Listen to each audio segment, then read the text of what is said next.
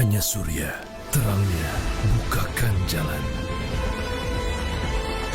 Kita adalah Surya.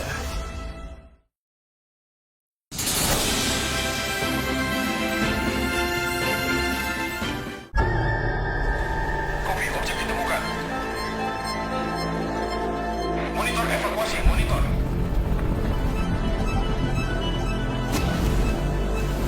Brigadir, cahaya flare belum ditemukan. Dari semua cahaya ini, tak ada yang seterang sang Surya. Satu-satunya yang pandu kita menuju kepuasan tertinggi. Karena puas itu soal rasa. Kita adalah Surya.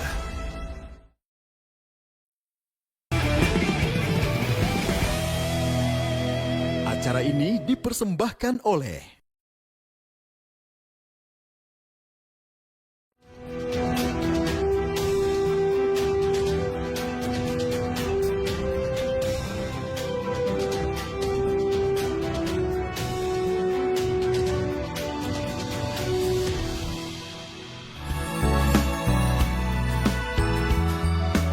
Pemirsa, berbicara soal toleransi, nampaknya Indonesia menjadi salah satu negara yang memiliki toleransi yang sangat tinggi.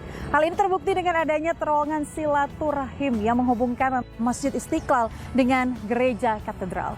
Lantas siapa dan makna apa di balik terowongan silaturahim ini? Bersama saya Aya Nufus, inilah 30 menit Kabinet Merah Putih.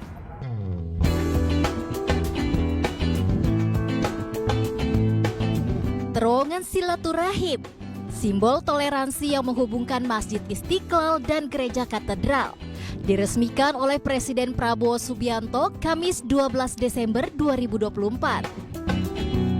Peresmian ini sekaligus menjadi tanda dibukanya terowongan silaturahim untuk publik. Berawal dari ide Imam Besar Masjid Istiqlal, Nasaruddin Umar di tahun 2020, terowongan silaturahim pun mendapat apresiasi dunia. Hal ini dibuktikan dengan kehadiran pemimpin tertinggi Gereja Katolik Dunia, sekaligus negara Vatikan Paus Fransiskus September 2024 lalu. Sembari berkunjung, Paus Fransiskus berharap terowongan silaturahim menjadi kunci semangat persahabatan, kerukunan, dan persaudaraan.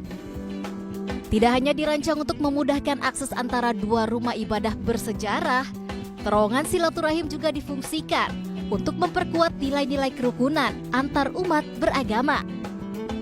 Dengan panjang 283 meter, lebar 4,1 meter dan tinggi 3 meter, terowongan silaturahim dihiasi dengan dekorasi seni yang tentu saja memiliki filosofi kuat dalam toleransi.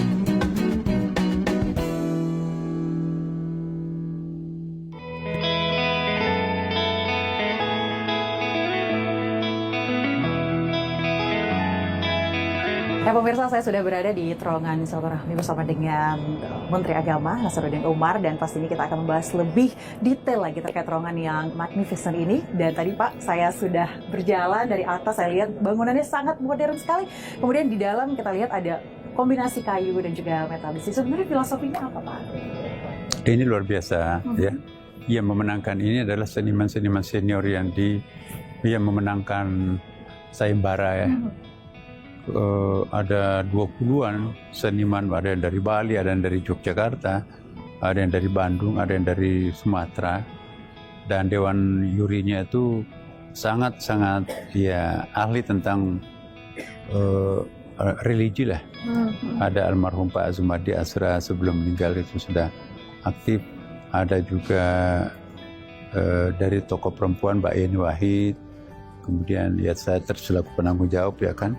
Kemudian juga ada seniman-seniman yang senior yang punya pengalaman banyak, itu ada kalau saya nggak salah 7 orang yang menilai siapa di antara karya-karya yang dipamerkan itu akan memenangkan untuk pembangunan dekorasi terowongan ini kan. Baik, bangunan ini sendiri kan dibangun, mungkin kita sambil lihat ya Pak, ini dibangun sekitar pada 2021 gitu ya, pada masa pemerintahannya Pak Jokowi. Saya dapat informasi katanya ada inisiasi dari Anda juga Pak untuk membangun terowongan ini Pak. Iya, ada dua hal sebetulnya. Ada terowongan dan ada dekorasi ornamen seperti ini. Kalau terowongannya itu sendiri, memang saya yang mengusulkan ke Bapak Presiden.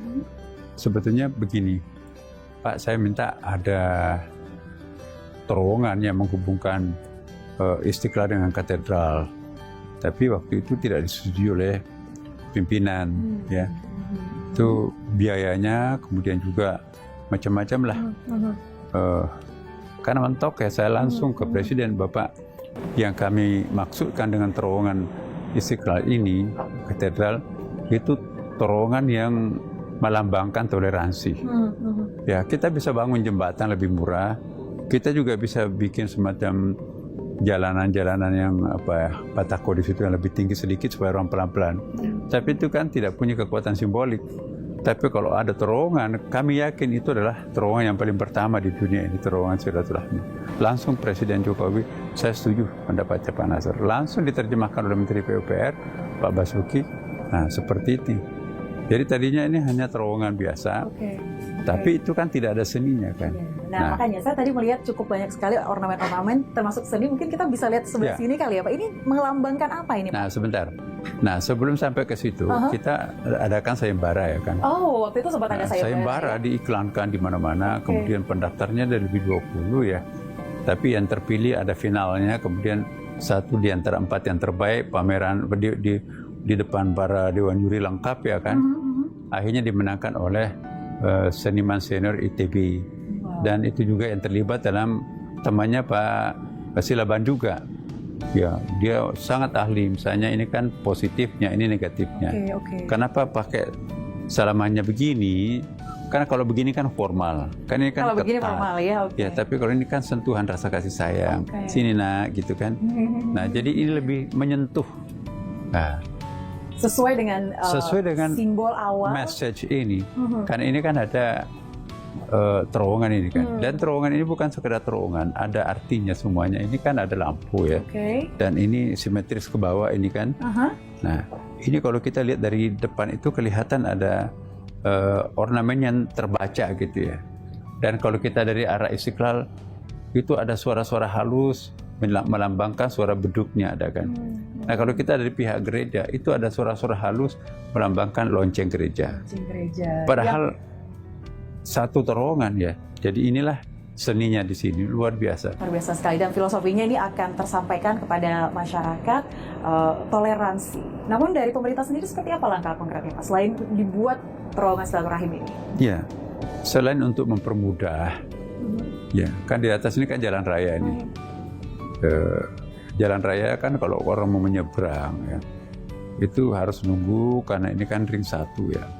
Dan jalur macet di atas tuh. Nah, kadang-kadang kita terhenti ya. Nah, dengan adanya ini banyak sekali manfaatnya ya kan. Katedral ini kan sudah lebih 100 tahun umurnya kan. Ketika dibangun itu belum ada parkir mobil. Orang pakai kuda pada waktu itu katanya. Nah, jadi sekarang ini katedralnya besar tapi parkirnya nggak ada, hanya sedikit saja. Nah, dengan adanya terowongan yang menghubungkan Istiqlal, kita ada dua lantai. Basement itu mampu menampung sampai 1.000 mobil.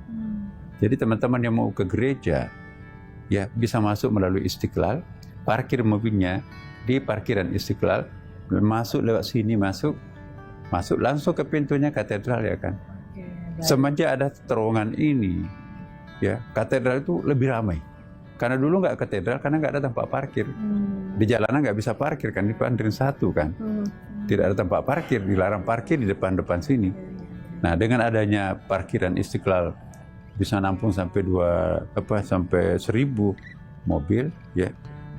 Otomatis enak dimanfaatkan oleh teman-teman dari gereja. Ada perkawinan, ramai sekali.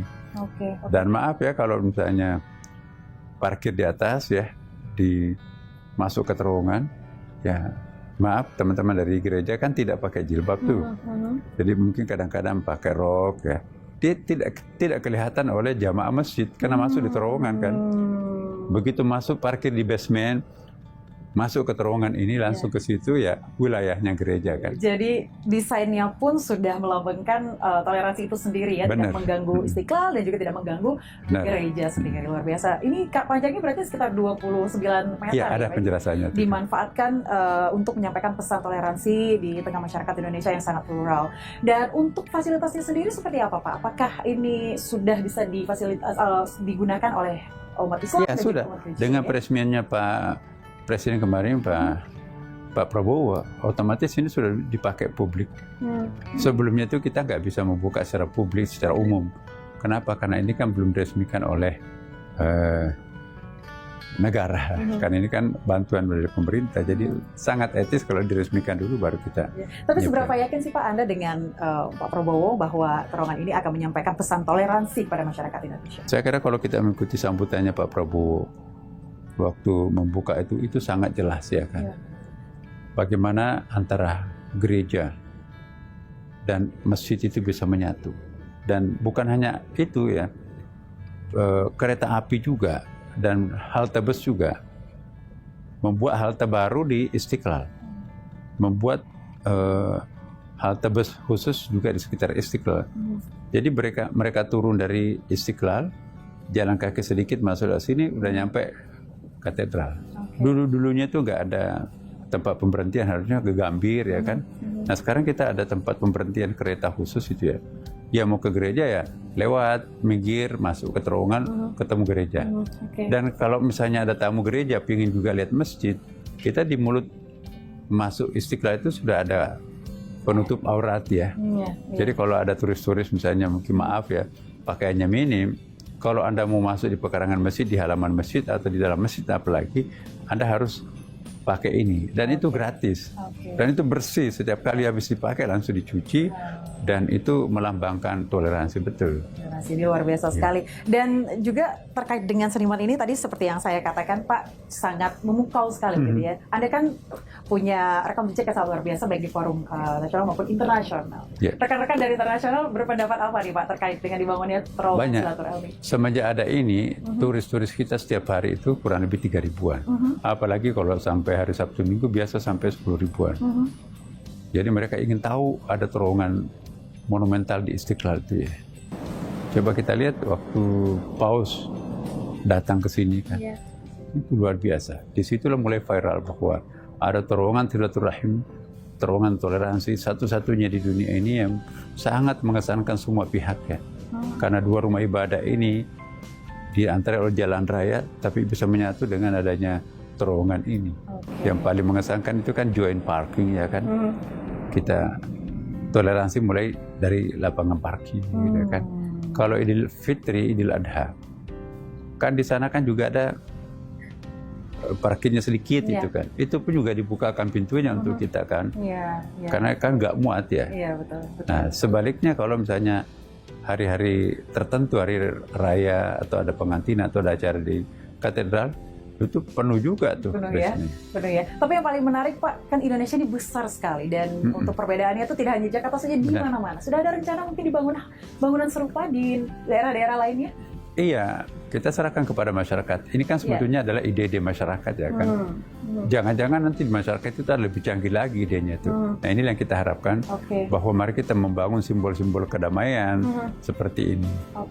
Ya Pak, mungkin yang paling menarik juga, inti yang ingin saya tanyakan hari ini adalah terkait dengan Anda kan sebagai yang punya rekam jejak, menyampaikan pesan moderasi beragama gitu ya, di luar negeri maupun di Indonesia sendiri. Melalui terowongan silaturahmi ini sendiri, apa yang mungkin... Ya, jadi kami sudah pernah diundang oleh United Nations PBB ya di New York ya. Kami diterima kurang lebih 1 jam ya. Itu langsung... direktur dan UN itu ya, dan sangat mengapresiasi apa yang kita lakukan ini, dan mereka menjadikan Indonesia itu sebagai satu contoh. Saya sendiri pun juga mendapatkan tugas ya oleh United Nations ya, kalau bisa Anda nanti membangun juga membantu negara-negara lain, bahkan UN menunjuk misalnya Amerika Latin dengan Afrika. Jadi Indonesia perlu memperkenalkan gagasan-gagasan penting ke negara-negara ini, ya kan. bahwa perbedaan itu tidak mesti harus melahirkan konflik. Bahkan perbedaan itu kita ramu menjadi satu keindahan. Karena inilah yang kita nilai jual Indonesia itu adalah, saya kira di kolom langit ini tidak ada negara yang paling seplural dengan Indonesia kan. Coba bahasanya 7.000 lebih ya kan, pulaunya 15.000 lebih, etniknya berapa, agamanya berapa, tapi kita bisa menyumbangkan Bhinneka Tunggal Ika. Jadi ini jualan kita yang paling strategis ini kan. Jadi bukan hanya mineral, bukan hanya batu bara, bukan hanya minyak yang bisa. Tapi kita juga menyumbangkan kesetaraan, menyumbangkan kedamaian, ya, toleransi, menyumbangkan kebersamaan. Dan ini sangat berharga. Ya, setiap tamu-tamu yang datang dari dalam maupun di luar negeri sangat terkesima dengan adanya lorong-lorong atau tunnel toleransi ini. Dan juga Pak Menteri, nanti kita akan membahas terkait dengan bagaimana persiapan menjelang Ramadan dan juga Lebaran, sekaligus terkait dengan Kota Haji yang katanya sudah ada peraturan-peraturan baru ya Pak ya. Namun kita akan bahas sesaat lagi. Pemirsa, tetaplah bersama kami.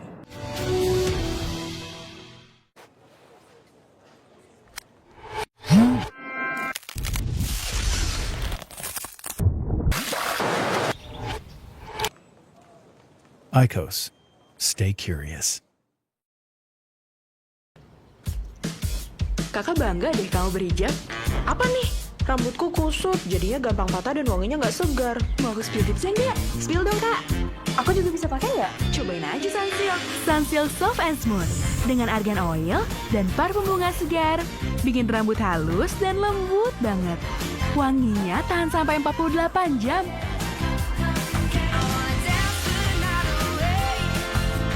Sunsilk Soft and Smooth.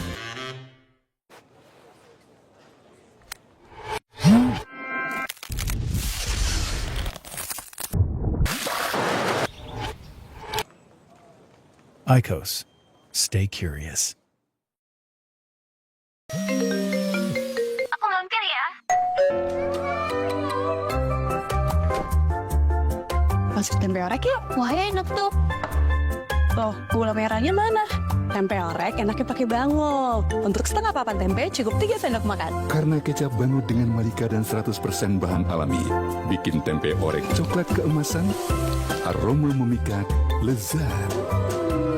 Tempe oreknya lebih enak. Praktis loh ini. Karena rasa tak pernah bohong.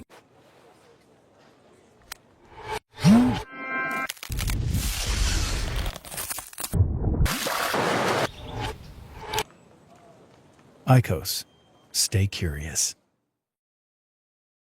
Close Up Zinc Antibakteri untuk perlindungan nafas segar. Selalu bertemu tanpa sengaja, nafas segar membuat Bareng yuk. Pegangan ya. Close Up baru, perlindungan nafas segar 18 jam. No matter the path, I keep going. Because my greatness is within me.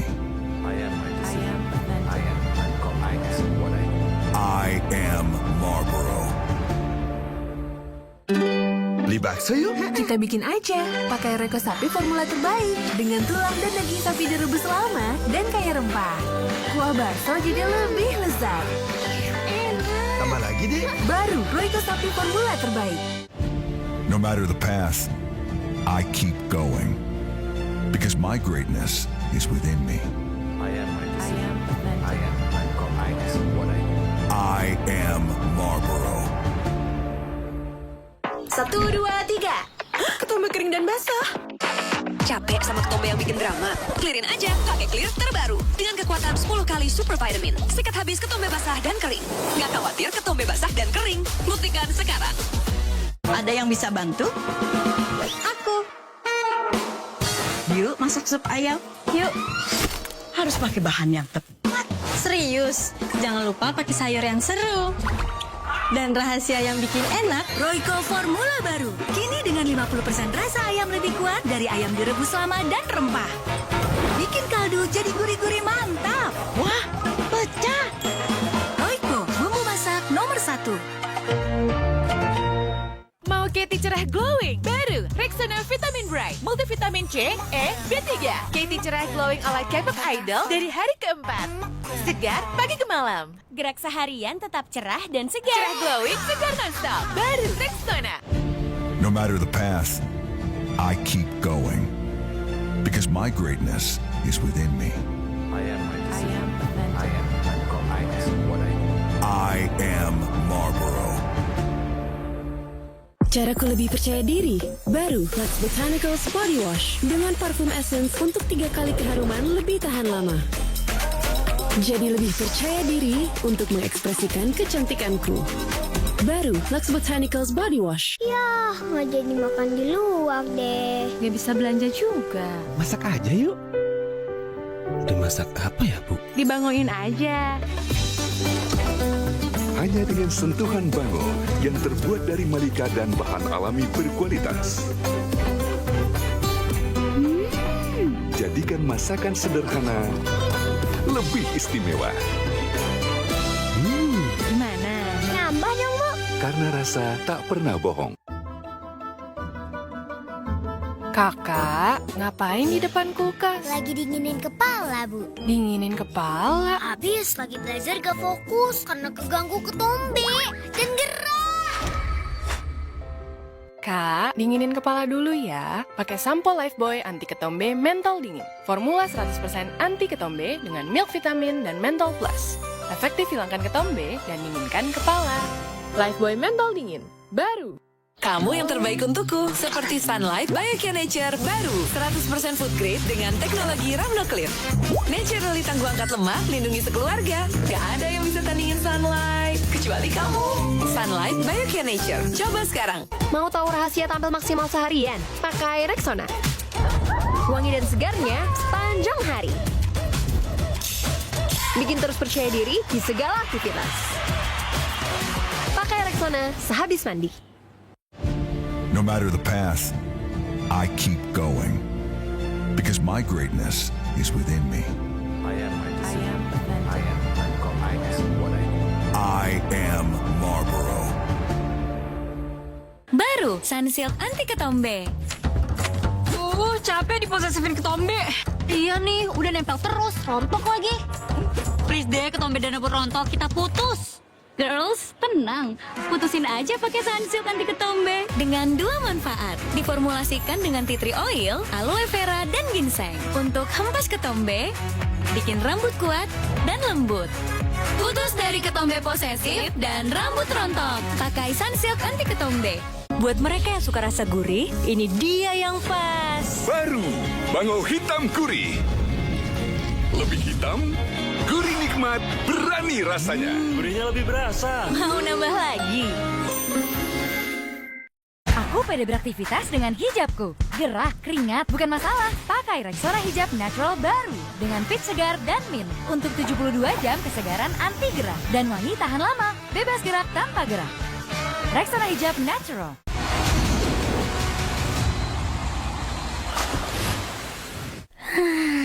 Waktunya Pepsodent. Ngantuk.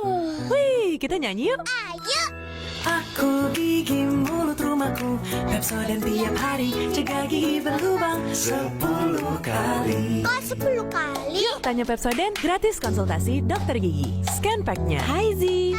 Ya, Pepsodent baru. Perbaiki lubang kecil tak kasat mata, 10 kali lebih kuat cegah gigi berlubang. 10 kali cegah gigi berlubang. No matter the path, I keep going because my greatness is within me.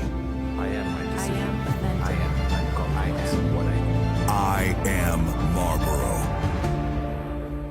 Pepsodent tiap hari, cegah gigi berlubang 10 kali. Kok 10 kali? Yuk tanya Pepsodent baru, gratis konsultasi dokter gigi. Hai Zi. Pepsodent baru, perbaiki lubang kecil tak kasat mata, 10 kali lebih kuat cegah gigi berlubang. Glow and Lovely. Kali putaran, setengah putaran. Bersihkan sel kulit mati dan kotoran. Putar-putar di wajah, bilas. Dengan vitamin B, C, E, dan 12 HSA, wajah bersih cerah seketika. Baru Glow and Lovely Dermaglow Facial Foam.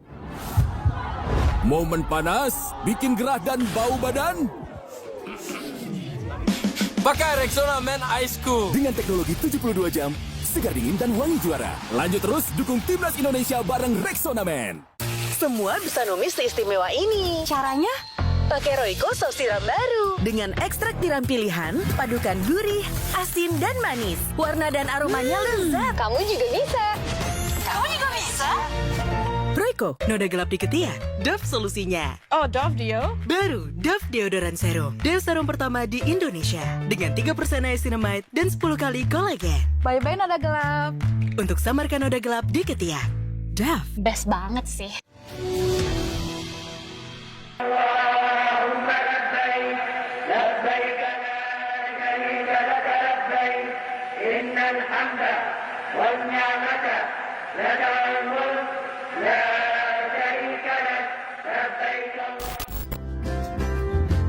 Pemerintah resmi menetapkan biaya haji tahun 2025 senilai 55,4 juta rupiah per jemaah.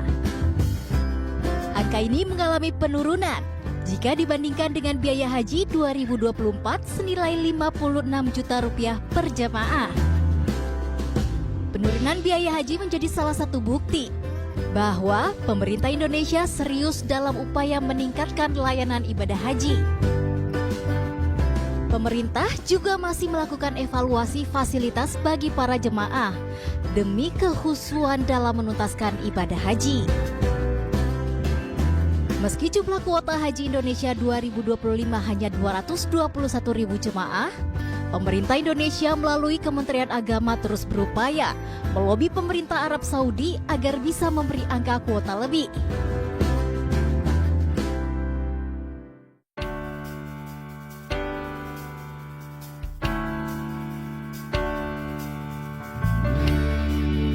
Pemirsa, Anda kembali lagi di 30 menit bersama Kabinet Merah Putih bersama saya Aya Nufus dan masih dengan Menteri Agama. Kita tadi menyinggung ya Pak ya terkait dengan persiapan 2025 Ramadan dan juga Lebaran. Ada pesan dari Pak Prabowo? Iya, pesan Pak Prabowo itu adalah kedamaian, ketenangan, ya kan, kebersamaan, toleransi. Ya, itu selalu yang dipesankan. Karena bagi Pak Prabowo itu tidak ada artinya apapun yang kita miliki kalau tidak ada kerukunan, tidak ada kedamaian. Apa artinya kita memiliki banyak tapi kalau konflik terus, dan itu pasti nanti akan merugikan semuanya. Maka Presiden itu betul-betul sangat mengapresiasi langkah-langkah yang dilakukan oleh Kementerian Agama. Ada keberaniannya untuk selalu berpikir lain ya, termasuk memikirkan terowongan ini. Dulu hampir nggak ada yang setuju ya. Ini pikiran. Ini perjuangan Anda sangat luar biasa juga ya Pak. Ya, imam besar ini dia gila ini masanya. Tapi setelah saya berikan penjelasan kepada Bapak Presiden, Pak Menteri, Presiden kita yang lalu ya, Pak Jokowi. Oh, kalau begitu saya setuju, itu bagus. Nah, tapi tidak sempat diresmikan oleh beliau karena memang belum selesai ya kan. Nah, baru saja selesai saya soal kepada Pak Presiden, Pak ini sudah saatnya kita meresmikan. Walaupun sebetulnya belum sepenuhnya persis apa yang kita bayangkan karena ini masih kosong-kosong, sebagian masih ada. Insya Allah nanti ini kita akan isi semua dengan ilmu-ilmu pengetahuan.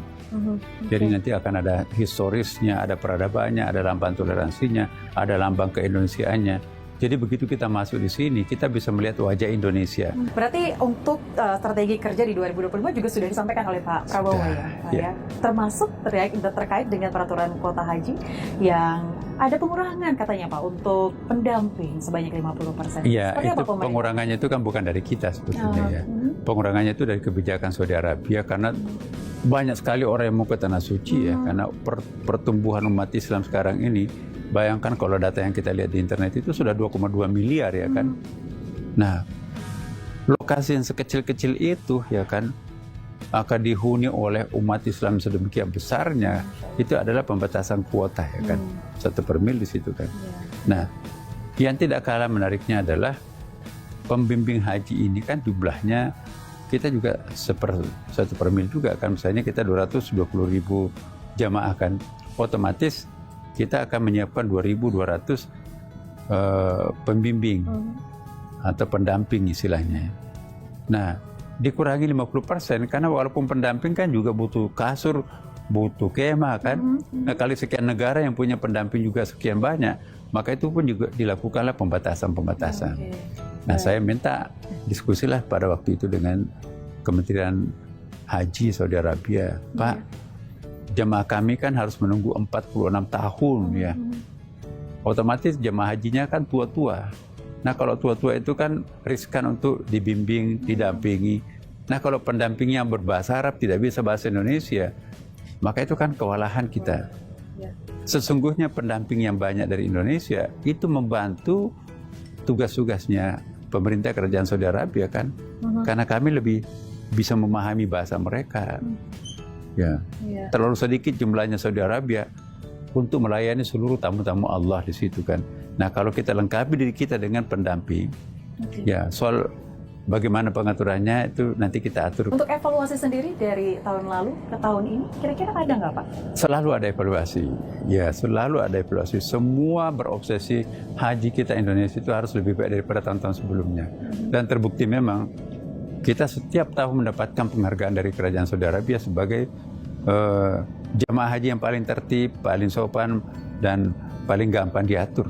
Banyak dari tahun lalu kita lihat ada yang tidur di terowongan, ada yang beberapa yang terlantar begitu ya. Seperti apa evaluasinya Pak sejauh ini?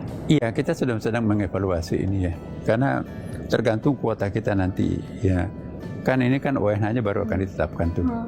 Nah, kalau misalnya ada tambahan pelunasan biaya haji itu kan, tentu juga ada orang-orang saya nggak siap tahun ini membayar lunas gitu kan. Tahun depan. Nah, kita ambil lagi nomor urut kacang belakangnya itu kan. Bukan apa ya, permainan-permainan yang kita lakukan supaya kamu masuk bayar sekian. Kami betul-betul tidak boleh ada pidana di sini. Kan ada orang yang memalsukan identitas, katanya saya nggak tahu. Ada orang mau kartu keluarganya, kan suaminya meninggal, tapi harus ada penggantinya kan. Nah, tapi ternyata pengawasan terkait hal itu apakah akan dilakukan Pak? Kami kerjasama dengan Kementerian Dalam Negeri. Dukcapilnya itu kan nanti akan meneliti apakah betul ini ada kaitannya dengan keluarga yang bersangkutan. Kan banyak sekali kan kecurigaan, kok penggantinya orang Makassar meninggal tapi penggantinya orang Medan, apa kaitannya? Ya, yang meninggal adalah orang putih tapi warna kulit hitam yang menggantikan. Apakah betul ini ada hubungan kekeluargaan? Nah, kita jangan ada manipulasi di balik ibadah, itu kan gak enak ya. Jangan ada penipuan, jangan ada manipulasi, apalagi jangan ada. Saya sih maunya bersih, sebersih-bersihnya, sebersih haji itu sendiri kan. Tapi saya manusia biasa, saya bukan malaikat, punya keterbatasan juga. Tapi niat kami insya Allah akan melakukan yang terbaik untuk bangsa Indonesia, untuk umat Islam di Indonesia, bahkan umat seluruhnya kan. Tapi itu obsesi dan cita-cita kami. Tapi tergantung juga faktor pendukung yang lain. Iya, jadi begitu banyak hal yang sudah dipertimbangkan juga di tahun 2025 ini supaya semuanya berjalan dengan lancar ya Pak ya. Tadi saya juga penasaran terkait dengan sejauh ini lagi-lagi pendapat dari orang pemerintah Arab Saudi terkait dengan jamaah haji kita seperti apa Pak? Ya, itu tadi saya katakan ya. Setiap tahun kita mendapatkan penghargaan sebagai penyelenggara ibadah haji yang terbaik. Itu kebanggaan kita sendiri kan, Masya Allah. Ya, jadi walaupun tempatnya jauh nggak ngeluh, walaupun dia macet tapi nggak ngeluh. Tapi mungkin teman-teman lain menurut pandangan mereka itu suka ngamuk-ngamuk, kita nggak. Sabar ya. Maaf ya. Dengan banyaknya perbedaan orang-orang Indonesia yang ada di Arab Saudi pada saat jemaah haji khususnya, ada nggak Pak mungkin pendapat dari orang-orang pemerintah di Arab Saudi? Iya, appreciate banget ya. Tapi saya selaku Menteri Agama, kita juga tidak boleh memanfaatkan kesabaran Indonesia untuk melakukan sesuatu yang tidak terpuji. Ya, mentang-mentang jamaahnya sabar, ditipu juga sabar. Ya, oh ya ini nasibnya enggak. Kita harus fairness gitu. Jangan memanfaatkan ketaatan, kesabaran jamaah kita untuk melakukan keuntungan secara subjektif. Itu nggak fair. Nah, kita ingin fairness-nya di sini kan. Betul sekali. Baik, Pak, terakhir mungkin adakah pesan yang disampaikan untuk masyarakat Indonesia terkait dengan toleransi khususnya? Ya, baik ya. Insya Allah kita selama ini kan menjunjung tinggi toleransi. Jadi masalah kerukunan bagi Indonesia itu sudah lewat ya. Masalah kesetaraan gender sudah lewat. Masalah hak asasi manusia sudah lewat. Masalah ekonomi modern juga sudah lewat. Bahkan yang paling penting, masalah demokrasi terbuka juga sudah lewat. Sementara di negara-negara lain, termasuk negara-negara mayoritas Muslim, masalah HAM dan Islam masih persoalan. Apakah ada demokrasi dalam Islam? Masih persoalan. Apakah ada hak asasi manusia dalam Islam? Seperti apa? Itu masih debatable. Nah, kita semuanya, apa yang masih debatable di tempat yang lain, kita sudah lewati. Inilah kemajuan Indonesia. Dan kami menghimbau kepada segenap warga masyarakat bangsa Indonesia, apapun agamanya, Mari kita bersatu menggapai sebuah cita-cita luhur bangsa ini, sebagaimana yang telah digoreskan oleh founding fathers kita semuanya. Inilah keindahan Bhinneka Tunggal Ika. Iya, luar biasa sekali. Terima kasih Pak Menteri atas waktu Anda sudah berbincang dengan saya. Terima kasih sekali. Mungkin saya tadi belum sempat melihat terowongan yang bagian dari katedral. Boleh Pak? Kita boleh. sama-sama lihat ya Pak ya. Silakan.